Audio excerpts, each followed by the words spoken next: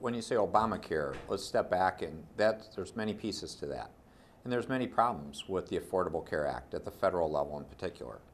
So that will present a lot of challenges to our state. In fact, cost our taxpayers a lot of money. There are some positive elements though, and that's what I just signed into law earlier this week, was Healthy Michigan, which is something that we improved upon Medicaid expansion in our state by asking people to take some personal responsibility, creating a better system, because it is important. So I'm looking forward to seeing that implemented, because it's going to give an opportunity to hardworking but lower income people to have the opportunity for health care coverage, which I think is right. It's going to provide a better quality of life for them, and it should save Michigan taxpayers money, because we were paying for their care. Too often they were forced to go to the emergency room, and those would show up in our insurance premiums.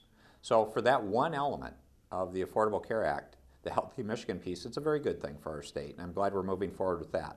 The rest of the issues, those are federal issues, many problems, and we're going to have to deal with it. But we're doing our part to do the right thing here. Well, I prefer to call it freedom to work, because it's really standing up for hardworking Michigan citizens, really giving them the option to say if they see value, they should join the union. And if they don't, hopefully they can provide feedback where the unions can be more accountable and provide better services. So it's really standing up for hardworking Michiganders. As a practical matter, it's going to help bring jobs to our state, and that's already starting to take place.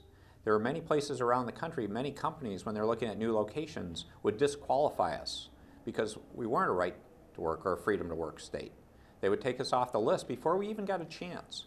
And so we're seeing a lot more companies investigate Michigan, look at Michigan, and we're going to land a number of those companies, and that'll bring more jobs to everyone, so we all win. Yeah, well, I appreciate the question on Detroit. It's our largest city, and we're all in this together. So it's how do we make Michigan more successful? And to do that, we have problems in Detroit to solve. The good part is, though, I can tell you, is bankruptcy is not about a new problem coming to Detroit. It's about providing a solution. It's providing a solution to 60 years of accumulated problems. We're going to solve those problems with the city government. The comeback of Detroit has already started in terms of there's been $10 billion of private investment in the city in the last few years. There's been over 12,000 jobs move in the city. Young professionals are moving in so much there's not housing. So if you think about it, all that happened with the city government being challenged. As we resolve the city government problems, and we will, you're going to see Detroit be one of the great value places in Michigan, in the United States, and the globe, and that's going to help all of Michigan. Well, there's some great long-term goals that we need to continue to work, as I'm proud being your governor, and we're going to keep working hard on those. They include like creating more and better jobs. And we've got some great programs about how we're getting Michigan businesses to do more business with each other. That's literally creating thousands of jobs already. That's exciting.